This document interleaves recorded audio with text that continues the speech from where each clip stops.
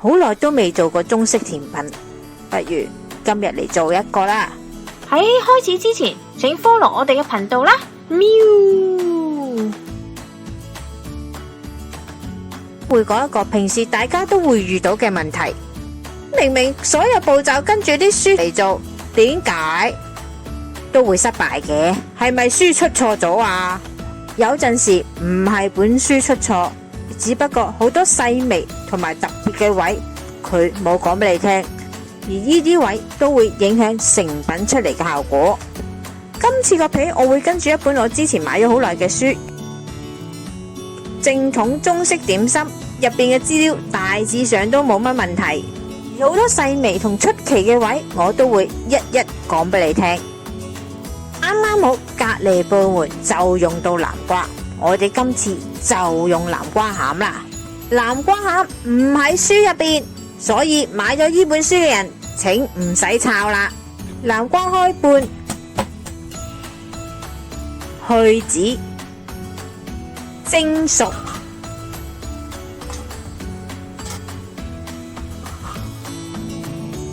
淨係要肉，再將佢冰碎，就會變成南瓜蓉。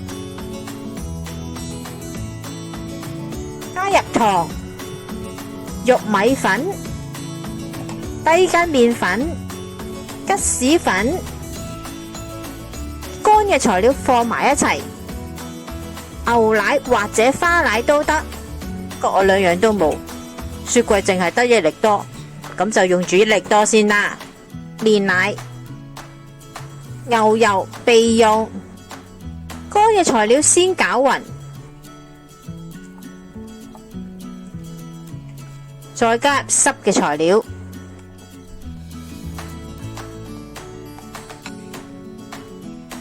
開上保鮮紙，再大火蒸20分鐘。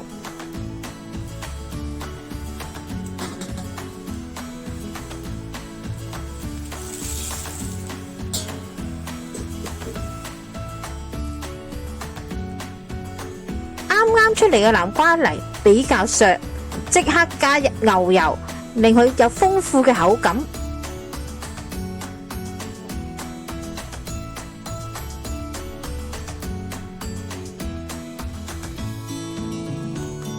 放入雪櫃休息半粒鐘。南瓜餡可以預先幾日做定，放涼後果泥已經變得結身，可以見到前後嘅分別。內餡每一個大概8至10 gram， 搓完呢一個係其中一個要注意嘅地方。內餡唔夠圓，個皮好易爛。我嘅內餡比較軟身，一定要放入冰箱冷藏，直至變硬。再做皮嘅部分，糯米粉、砂糖、凍水3樣嘢撈勻，直到完全冇粒粒為止。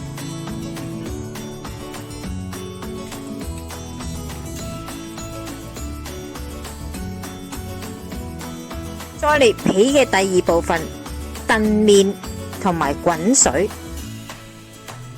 水加熱至沸騰，唔係熱水，即刻倒入燉麵之中，立即攪勻，直至完全順滑為止。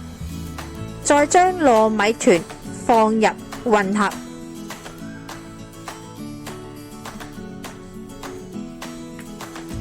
完全混合之後，再加入豬油。豬油最好分3次加入，確保第一次嘅加入完全冇粒塊，先好加入第二次嘅豬油。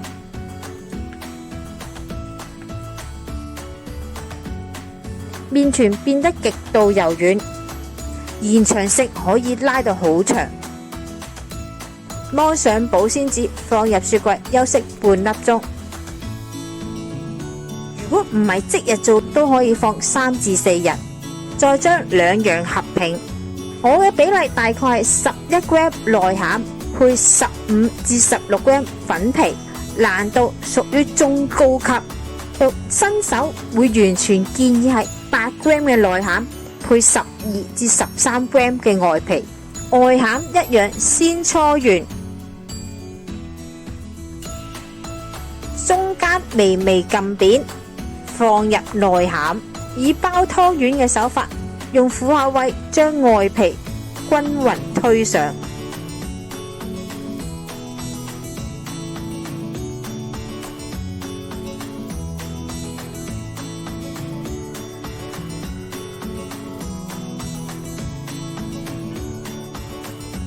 確保冇爆餡，外皮嘅厚度大致上係要完全一致，呢一個係第2個小重點。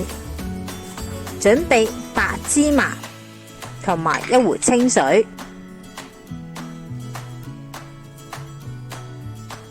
先染水，再黐芝麻，搓完令到芝麻可以壓入粉皮之中，炸嘅時候都冇咁易跌出嚟。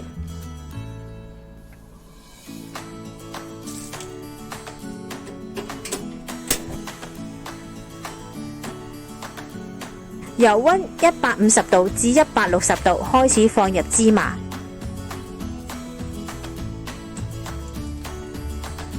筷子攪動煎堆，令到煎堆唔會黐埋一齊，亦都唔會黐底。一個係第3個小貼士。內餡受熱會先揾比較薄嘅地方爆出，亦都係好多時你炸炸會爆嘅原因。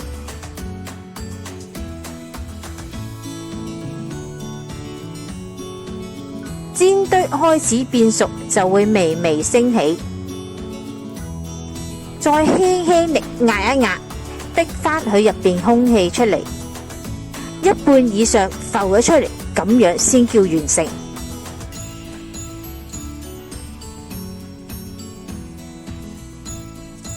用筲箕撈出滾動，煎堆自然就會變成圓形㗎喇。可以睇到完成後嘅煎堆大概會發脹。